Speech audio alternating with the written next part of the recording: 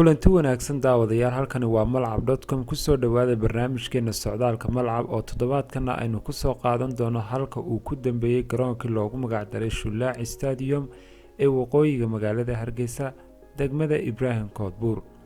garoonkan ayaa 5 sano ugu dambeeyay noqday mid aan haba yaraato oo ekayn mid ay shaqo ka socota haday tahay dhisme iyo waliba u diyaar garow garoon heer caalami oo ku soo biira garoomada ka jira caasimada gaar ahaan garoonka labaad ee ugu weyn caasimada Hargeysa oo noqon lahaa.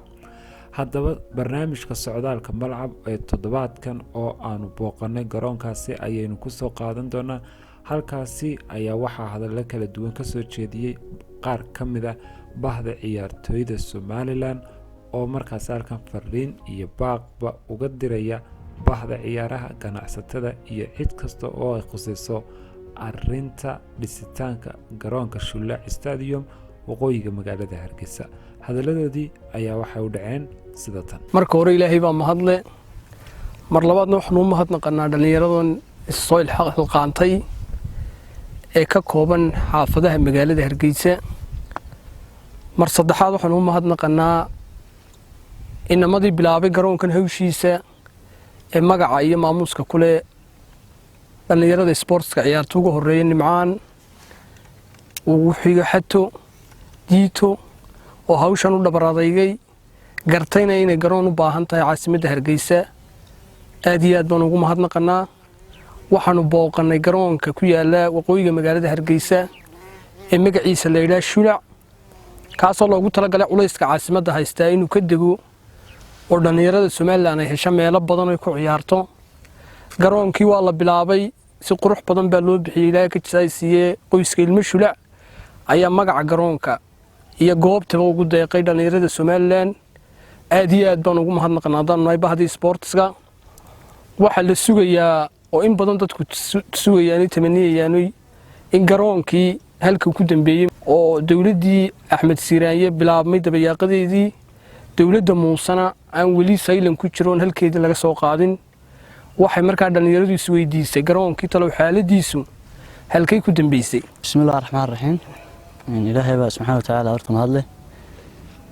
marka labaadna waxaan maanta doonaynaa inaan mahad celino gudidii garoonkan Shulaaci Stadium gacanta ku haysay bilowgiisii waxay bilowday gartay in markay eegeen baahiyaha caasimada ka jireen caasimada garoon labaad oo weyn waxay u baahan tahay iyo reerkii ama ciladii ka qayb qaatay iyaga laftooda ay gartay in dhulka intan leeg bixiyaan ee waliba meel muhiim ah ku yaala iyagana wada mahad celinaa.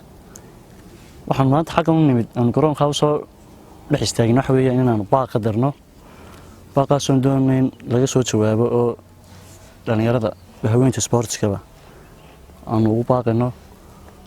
si gaaran waxaan doonaynaa baaqan halkan uga darno gudidii garoonka gacanta ku haysay oo iyaga laftooda wax fiican qabtay laakiin garoonka mudadii diirka lagu xiray baa ugu dambeysay wax dambe laga qabto dayac fara badan oo ka yara muuqda. si dayacana aynu uga dhameystirno oo garoonkii noqdo garoon loo sii diyaariyay in lagu ciyaaro mustaqbalka oo uu noqdo garoon soo labeeya marka la eego stadium intan la eego caasimada ku yaala garoonka labaad buu noqonaya. marka kuma ciyaarayso degmadan ku yaala ee maxay ahaayeen xilata June iyo gacan libaax Ibrahim Koodbuur iyo state degmada ay ka goobantay caasimaduba garoon buu noqonaya.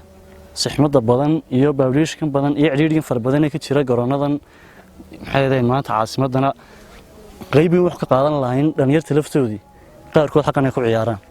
السلام عليكم ورحمة الله وبركاته. دمان برشة رئيس Somaliland aad iyo aad baan wada salaamayaa. waxaan maanta ku suganay garoonkii Shulaac oo muddo la bilaabay laga joogo ilaa 6 sano ka hor haddaanan qaldanayn. waxaan maanta u nimi inaan u soo kurgalno xaaladda uu marayo garoonkii Shulaaci Stadium ee loogu talagalay in caasimada garoonka stadiumka lagu labeeyo waqtiga dheer ilaa imika aan wali dayactir laga muujin garoonkii la deeray uu sidoo beer yahay.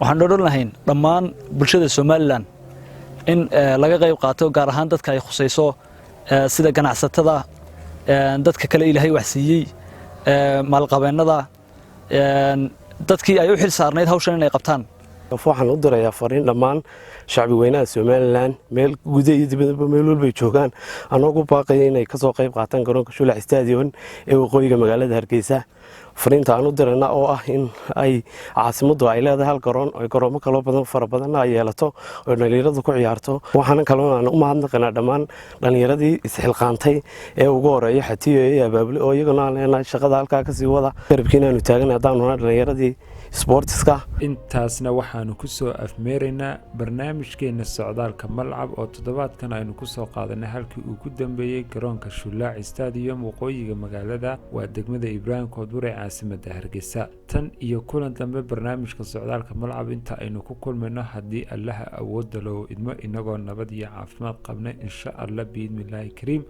waa dhammaan bahdii malcab oo isku duuban oo idin leh nooli kulantee nabadgelyo